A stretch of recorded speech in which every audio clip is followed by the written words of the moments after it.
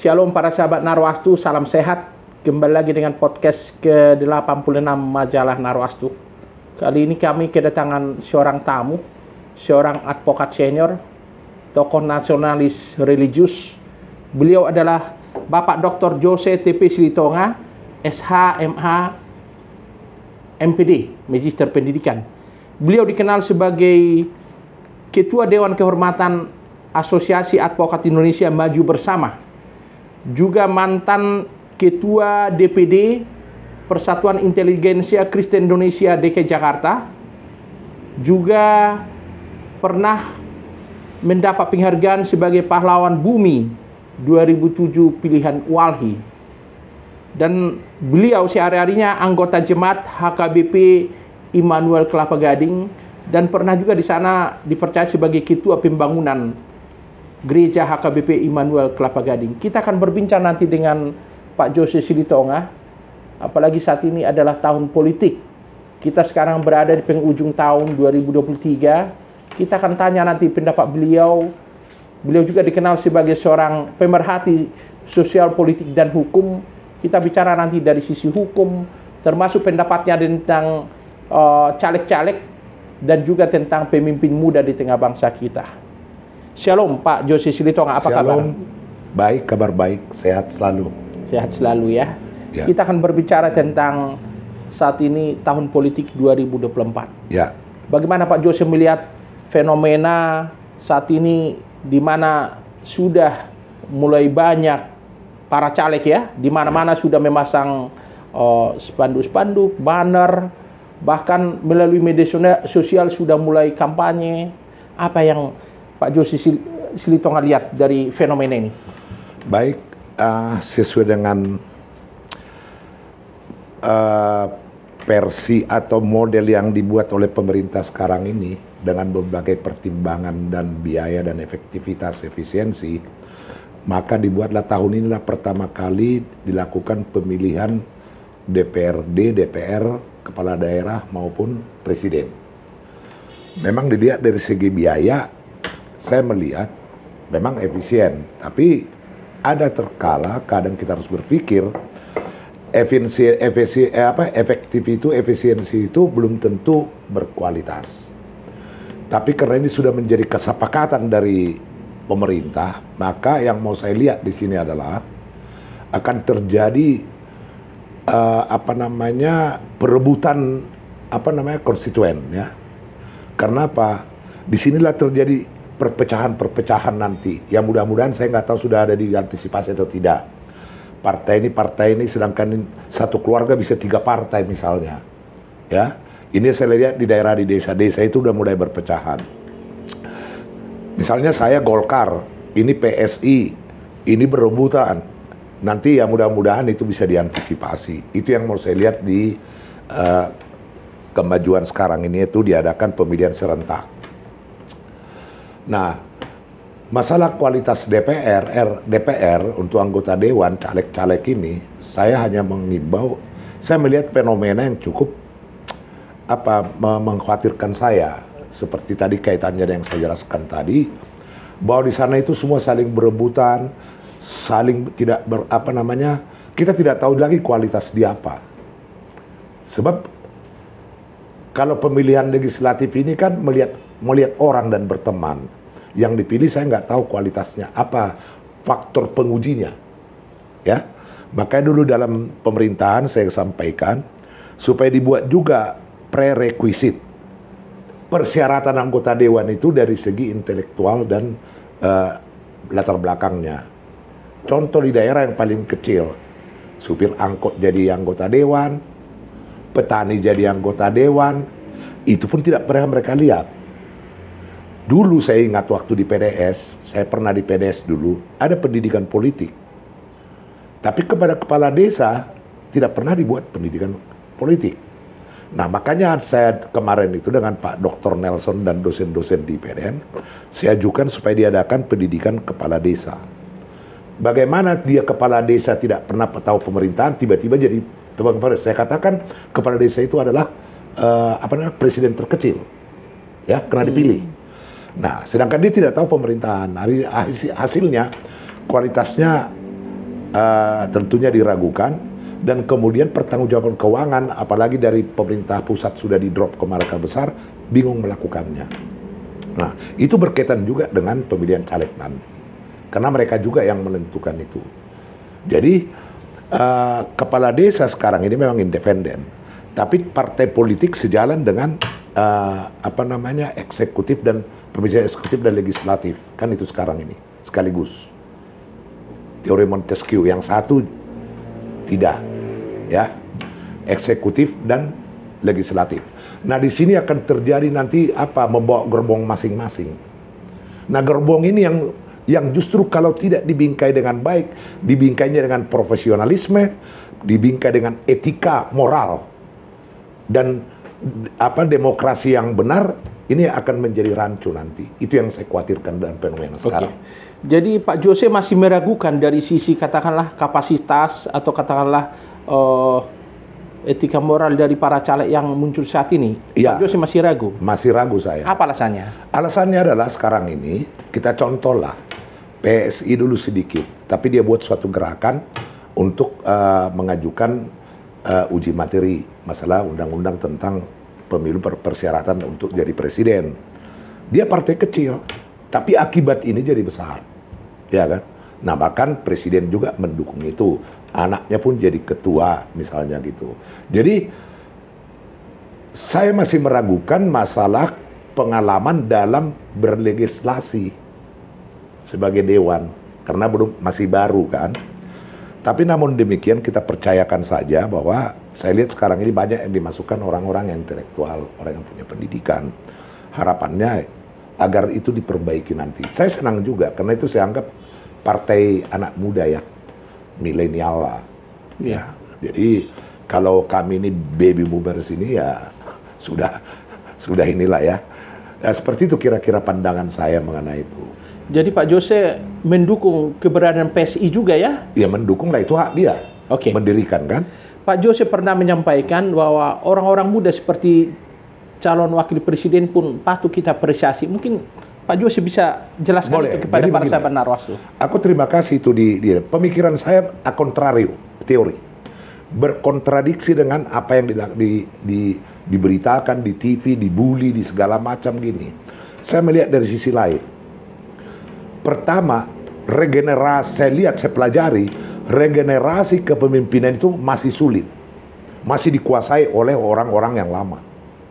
Ya, orang-orang tua lah. Orang-orang tua, baby boomers ya gitu ya. Nah, sekarang ini kita tidak sadar, kita perbaiki pendidikan, tapi kita tidak menyadari bahwa mereka ini akan muncul. Harusnya ditampung gitu loh. Gitu kan? Harus muncul mereka. Nah, untuk peralihan kemari sangat sulit, maka seperti terjadi uji materi tentang persyaratan kepala daerah di Mahkamah Konstitusi, saya kira apapun itu kayak nepotisme, semua nepotisme kok.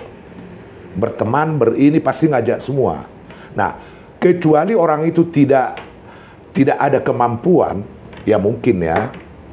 Nah, sekarang kalau Gibran saya lihat, saya pergi ke teori lagi. Enterparis gitu loh.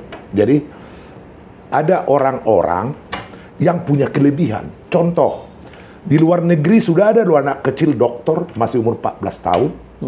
Dan itu nanti dikemanakan. Nah, di Indonesia juga sudah ada. Nah, sekarang kalau kita di negara pemerintah tidak menanggung ini, dia akan pergi ke luar negeri. Ilmunya dipakai di sana. Di sini tidak dihargai. Nah, ini kulihat perbandingan perbaikan pendidikan dan adanya keistimewaan orang tidak diadopsi dengan baik. Dan dengan tidak diadopsi, tidak pernah mereka didudukkan, dihargai dengan itu. Terpaksa dicari jalan, katakanlah dianggap orang semua jalan salah. Masalah si Gibran persyaratan umur itu. Satu-satunya jalan itu mungkin. Nah, kembali ke hakim yang memutuskan itu, saya kira itu kan kolegial. Terjadi dissenting opinion. Ya harusnya mereka dipolitikkan semua dong.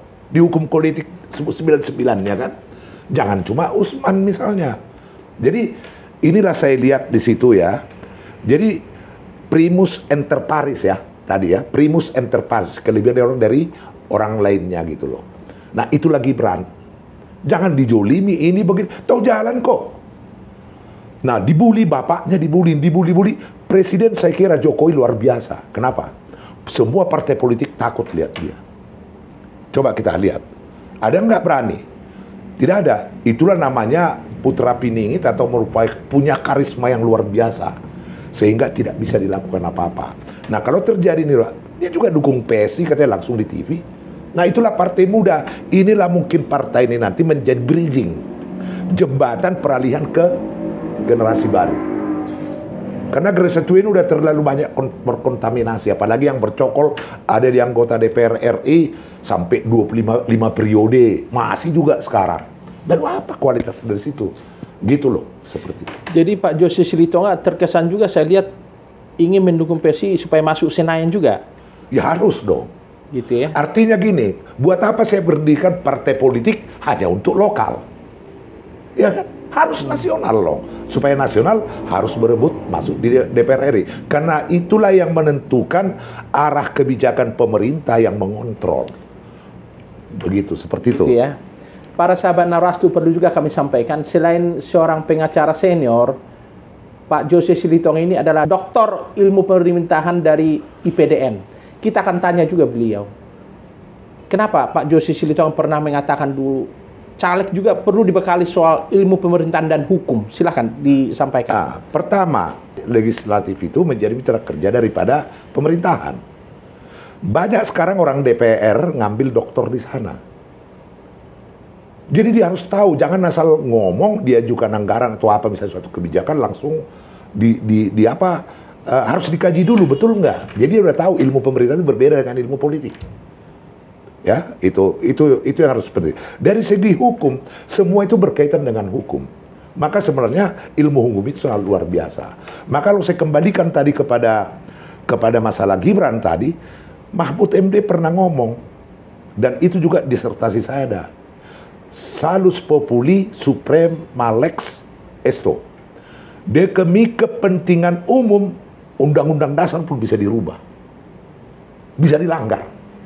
Itu yang menyampaikan Prof. Mahfud MD. Dan saya juga begitu. Makanya muncul diskresi. Diskresi itu melekat kepada tubuh seorang pemimpin. Ketika tidak ada aturan, dibutuhkan oleh masyarakat, ambil putusan. Terus pertimbangan-pertimbangan. Tapi untuk mendalami itu ada lagi beberapa indikator yang akhirnya berpikir saya harus dirubah Undang-Undang Nomor 23 tahun 2014. Nah itu, jadi disitulah letaknya yang harus kita open-minded gitu. Open-minded. Bukalah pikiran itu gitu loh. Kenapa itu terjadi gitu loh. Seperti bencana. Kenapa terjadi bencana? Karena lu rusak gunung gitu loh. Kenapa ini terjadi? Karena lambat mereka regenerasi itu. Sedangkan ini kan butuh percepatan untuk tahun 2045, tahun emas Indonesia. Nah harus kita siapkan sekarang. Bimbinglah mereka ini yang muda ini. Jangan dibully, jangan ini, apa gitu loh. Itu kan sesuatu yang nggak dewasa. Jadi jangan didegradasi, jadi moral itu terdegradasi, edukasi politik juga terdegradasi, demokrasi juga terdegradasi gitu loh. Mari bersatu kumpul gitu loh. Oke lah, sudah begini nasib kita. Ayo kita dukung. Maju dengan fair, siapa yang... Kalau Gibran menang, mari kita kawal. Karena kita juga bukan hanya kepentingan dalam negeri, kepentingan luar negeri juga. Bagaimana orang percaya luar negeri kalau dibully seperti itu? Untung Jokowi itu kuat. Malah diakui dia di dunia. Oke. Gitu, seperti itu. Pak Jose Silitonga, Bapak waktu masih Ketua DPD Persatuan Inteligensia Kristen Indonesia DKI Jakarta, pernah juga menyampaikan supaya para pimpinan gereja juga bisa mengedukasi dan tidak terlibat dalam politik praktis ketika ada event politik atau pemilu. Bisa dijelaskan itu bisa. Kalau kita kaitkan dengan tahun politik 2020. Jadi sebenarnya tahun politik sangat perlu. Di Alkitab itu juga Tuhan memberikan talenta kepada orang. Bagaimana kita misalnya caleg Kristen dia. Kan harus mengikuti aturan-aturan secara agamanya dalam melayani masyarakat. Tidak ada ketabuhan dan larangan orang gereja berpolitik, orang-orangnya itu. Tapi kalau dia pendeta misalnya, ya mungkin karena bidangnya udah beda, tentunya seperti itu. Jadi justru seorang Kristiani harus memasuki dunia itu semua, politik, kedokteran, apa, profesi lainnya. Karena dari situlah terlihat gambaran Kristus dalam melayani masyarakat. Kan muka apa, wajah Kristus kan wajah dia, wajah kita. Nah, wajah dia itu kelihatan dari mana? Dari perbuatan. Ya kan seperti itu. Jadi tidak ada ketabuhan bahwa seorang Kristiani atau pikir, di waktu di PIKI saya katakan juga tidak ada acuan menyatakan dilarang, tidak. Justru masuki semua lini. Karena ada juga di Pancasila ketuhanan yang Maha Esa. Makanya setiap putusan pengadilan pun berdasarkan ketuhanan yang Maha Esa. Kaitannya di pemerintah ada juga apa namanya pendidikan teologi pemerintahan, ada juga teologi ini teologi berdasarkan yang diambil diadopsi itu dari ketuhanan yang Maha Esa dan Pancasila. Jadi semua berteologi di situ. Begitu ya. Makanya saya katakan kalau membuat aturan harus dilihat dulu filosofinya. Membuat aturan juga harus dilihat kemanfaatannya. Jangan dibuat aturan sehingga orang nggak bisa ngapa-ngapain. Jangan pernah membuat aturan yang mungkin orang lain tidak bisa melaksanakan. Buat apa? Forget it. Cari yang baru, terobosan, terjun mereka ke lapangan apa yang diperlukan mereka. Iya. Seperti itu. Pak Jose, saya masih ingat tahun 2009, Pak Jose dan kawan-kawan pernah juga membuat acara Natal dan Tahun Baru bersama caleg-caleg Kristen ya.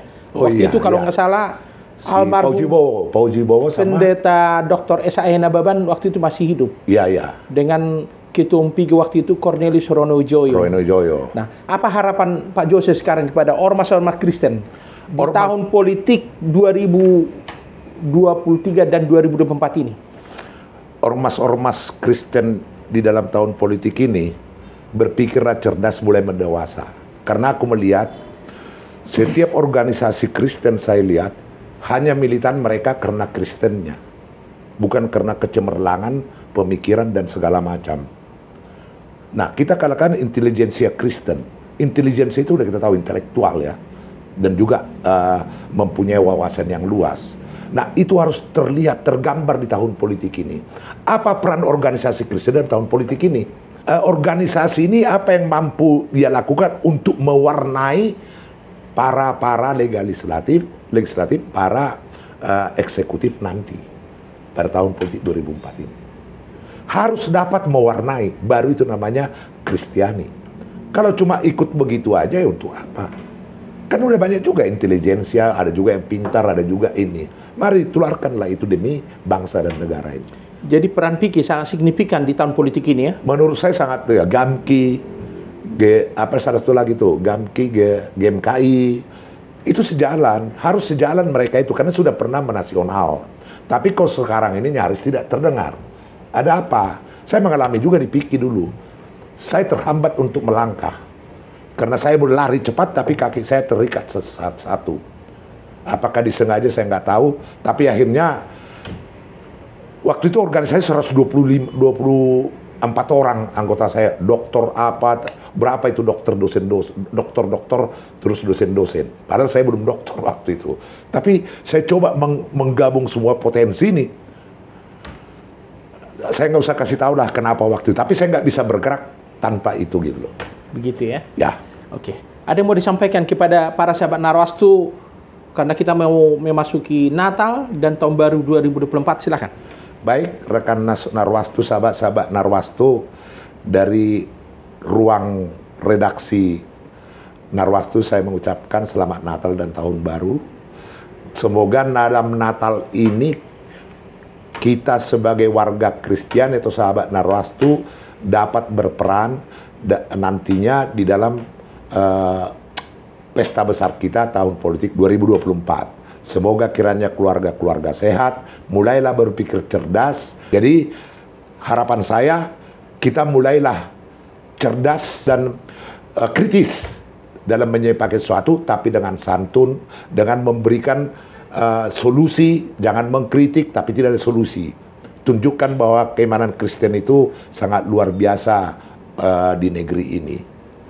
Saya kira itu pesan saya. Ya. Semoga Narwastu juga tetap jaya. Maju terus karena Narwastu tetap eksis, saya lihat sampai sekarang. Di tahun kritis pun, pandemi juga tetap dia berjalan. Kiranya diberkati Tuhan semua kru-krunya juga. Oke. Sekian. Amin. Terima kasih Pak Jose Silitong atas perbincangan kita pada saat ini. Para sahabat Narwastu, itulah perbincangan kami dengan seorang advokat senior dan juga seorang pemerhati sosial politik dan gereja, Bapak Dr.